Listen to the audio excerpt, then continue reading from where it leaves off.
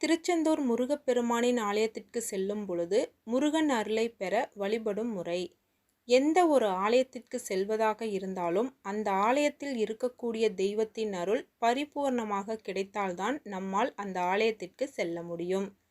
பலருக்கும் பல பிரபலமான ஆலயத்திற்கு செல்ல வேண்டும் என்ற ஆசை இருந்தாலும் அதற்கான முயற்சிகள் செய்தாலும் ஏதாவது ஒரு சூழ்நிலையில் அது தள்ளி போய்க்கொண்டே இருக்கும் அல்லது தடுங்கல்கள் வந்து கொண்டே இருக்கும்.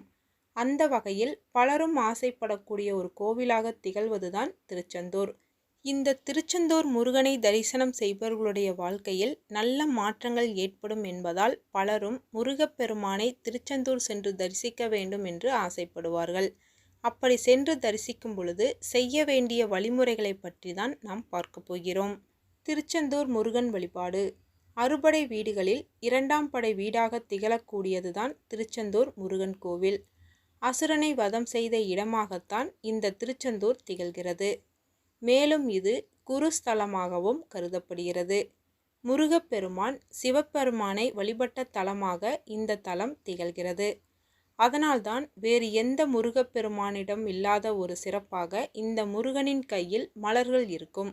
அப்படிப்பட்ட சிறப்பு வாய்ந்த இந்த முருகப்பெருமானின் ஆலயத்திற்கு செல்லும் பொழுது எந்த வழிமுறைகளை பின்பற்ற வேண்டும் என்று தெரிந்து கொள்வோம்.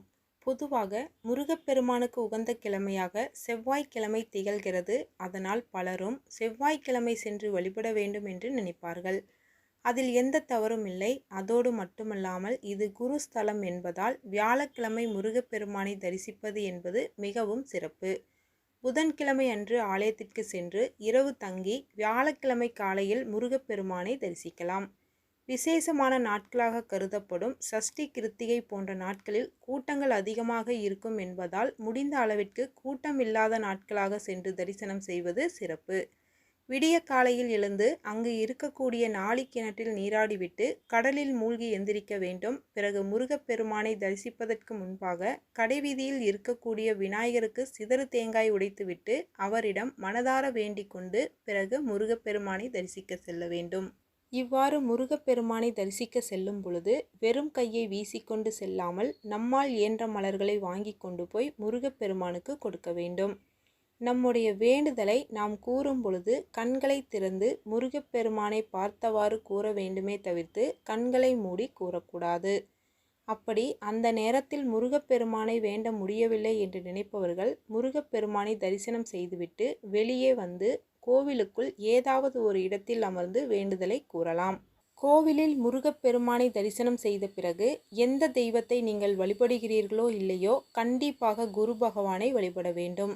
முடிந்தால் அவருக்கு 2 தீபங்களை ஏற்றி வைத்து வழிபட்டுவிட்டு வர வேண்டும். பிறகு அங்கு அசுரனை வதம் செய்த சூரசம்ஹார மூர்த்தி இருப்பார். அவரையும் வழிபாடு செய்ய வேண்டும். இவரை வழிபாடு செய்வதன் மூலம் நம்முடைய எதிரிகளின் தொல்லையிலிருந்து நாம் விடுபடுவோம். இந்த எளிமையான வழிமுறையை பின்பற்றி நாம் திருச்செந்தூர் முருகன் ஆலயத்தில் வழிபாடு மேற்கொண்டோம் என்றால் கண்டிப்பாக முருகப்பெருமானின் அருளை நம்மால் பெற முடியும்.